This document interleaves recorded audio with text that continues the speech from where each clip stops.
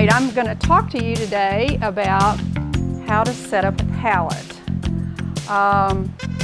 First of all, let me show you a palette that I bought several years ago, and I actually have several palettes, but this is one that I go to a lot, and I love it because it's a Robert Wood palette, as you can see, and it's a sturdy plastic. It has a division in the center of the places where you can mix your paint, and then it has these nice deep wells, and it's a handy palette to just carry. It's very lightweight, but it's handy to carry back and forth if you're out on location and so forth. One piece of advice I have for you for setting up a new palette to begin with is, first of all, the mixing area here. Take it to your kitchen sink and put just a little Dawn or very mild dishwashing detergent on it and a real soft sponge, and just wash that out, because this has a coating on it, and until you've used it a while, if you put the paint out there and add water to it, it's just going to puddle up. So that'll kind of give you a little extra boost there to being able to mix the colors on your palette if you need to, or at least put them out in puddles, which is what I like to do. Now, as far as setting up a palette, over the years I've learned that it's easier for me to remember where my colors are and where the paints that I love to paint, if I can always put them in one spot in the palette. And I base the way I set up my palette on the color wheel. So you can look online probably, or here at Cheap Joe's, and buy a color wheel, but basically you're going to have warm colors from yellow all the way around to your violets, and then you're going to have cooler colors from greens all the way around to blue and blue violet and so forth. So to keep it simple, that's how I try to set up a palette, and that's how I teach my students to do so. So what I've done today is I've created just a little sample of what a palette might look like if you decided to set one up. But before you do that, you have to learn what your colors are. So what I encourage my students to do is, anytime they buy paint, especially if you buy more than one tube at a time, always do a little test. And I'll write down the name of the color. In this case, this is a Holbein Scarlet Lake, and then I'll put that out underneath that, and then that way I know that color, that's what I'm going to get. Okay?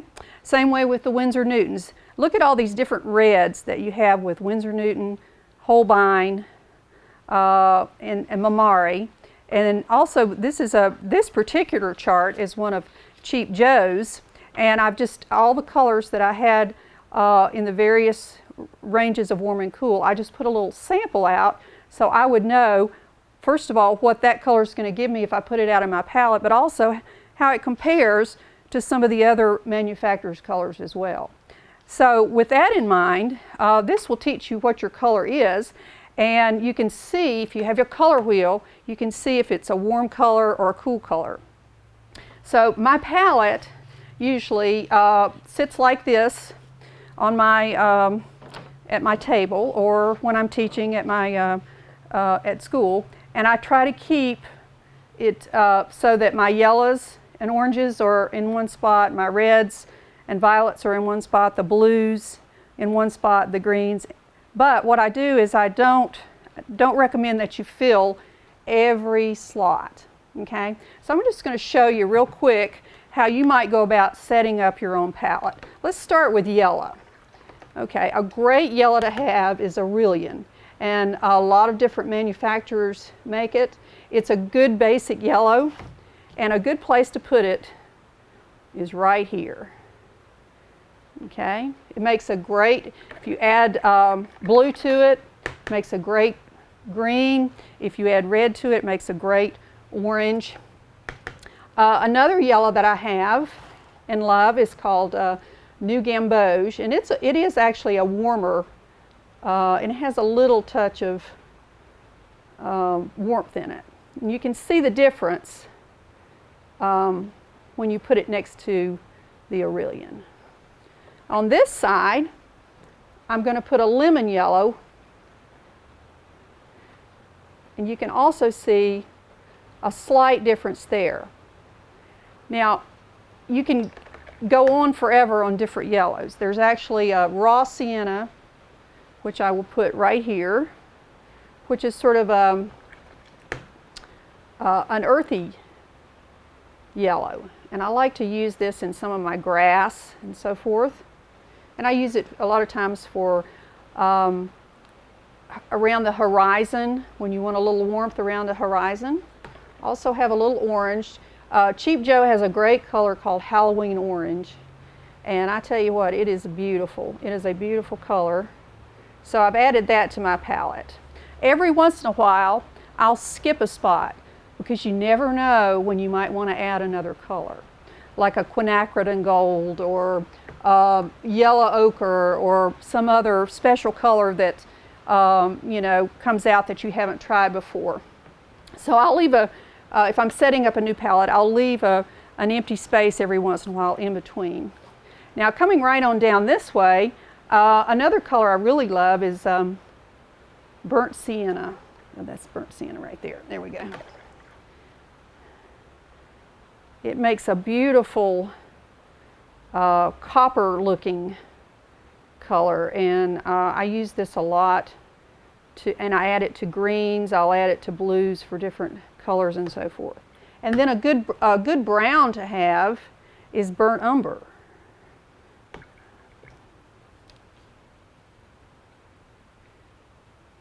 Okay.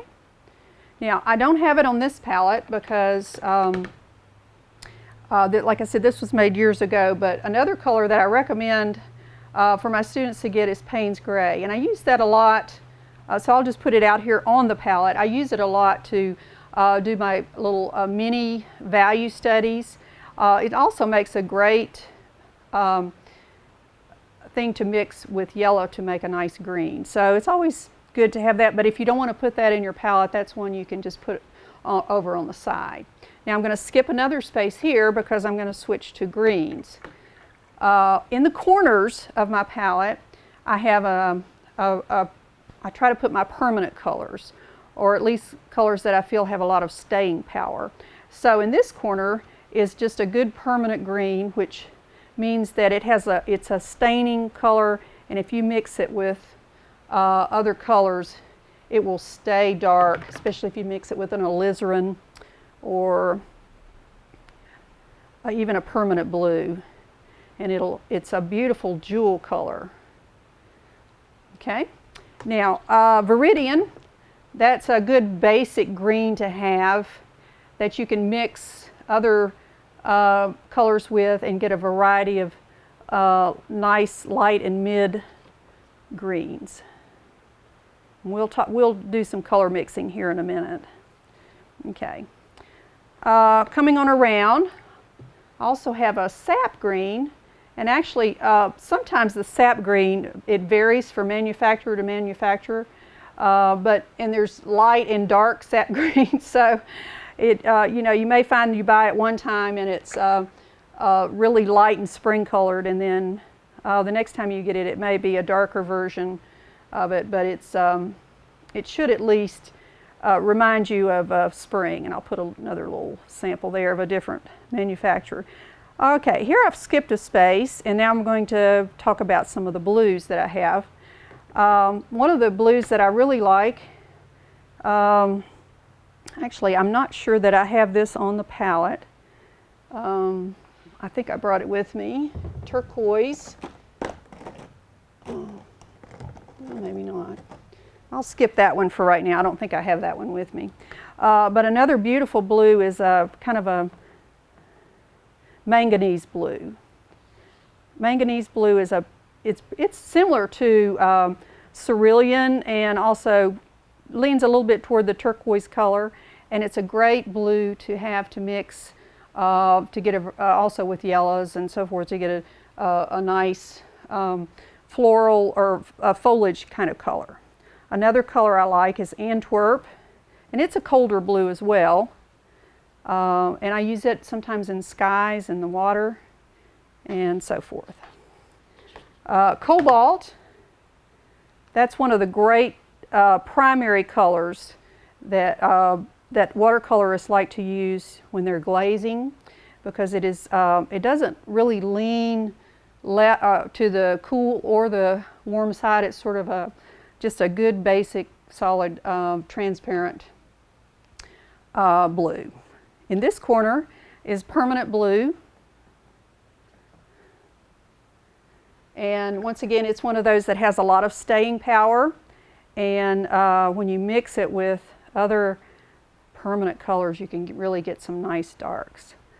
Another go-to color that I have is French Ultramarine Blue, and it leans a little toward the red, and that's why it's on this side, because as I'm going up we'll get back to the reds and so forth. I'm going to skip a space here, and then a good next paint to put in here would be a violet. Gosh, there's so many different kinds of violet. There's, I mean, it's hard to name all of them, but just as long as you have a violet, you can always add a little blue to it to make it bluer, or you can add a little red to it to make it redder. I do have a little bit of a red violet here, or it's a Quinacridone Violet, and you can see too that it sort of leans a little bit more toward the red. Now, do you have to have all these colors? No. As a matter of fact, you know, you can start with just a couple of reds, a couple of yellows, you know, a couple of blues. You can add these other colors as you go along, and then, like I said, if you can skip in your palette, skip these little areas, the wells, then you can add those, you know, when you add them to your palette. But just keep in mind that when you add it, you want to keep in mind that it's either a warm color or a cool color. This is a permanent rose, or you could also use a Rose Madder Genuine. And this is a similar color, Alizarin Crimson, but it's considered a staining color, so that's why I put it in the corner. Now, one of Cheap Joe's great colors is called Fre Engine Red, and he also has a red Hot Momma. So a lot of times I will, depending on what I'm going to do, I've got a red, what I call a red, and I'll use either that, Fre Engine Red, or red Hot Momma. So it's just a really pretty, nice, bright red that is good for a lot of things, especially flowers and things like that. And there's also Vermilion, which is similar, but maybe isn't just quite as brilliant, and it's almost an orange. Okay, so that's kind of a basic way to do that, and like I said, it just kind of helps you get an idea of where to put your colors and what your colors are. Now, another palette that I have is called the Quiller palette, and it is actually in a circle like you know, the color wheel, and I've set it up pretty much the same way, and it also has some side wells in the back here. So, you know, you kind of have to find out what suits you, but my best advice is to get a covered palette that has deep wells and a nice area for mixing, and then take your time to learn your colors and put out samples of them, and then do a little test like this. And you'd be surprised at how quickly you'll learn the colors, and then you can go to them immediately, and you won't have to wonder, gee, is this the color I want? Well, I hope you learned something today, a little bit more about watercolor and how to use watercolor. And we really appreciate you stopping by Cheap Joe's Test Studio today, and we look forward to seeing you again.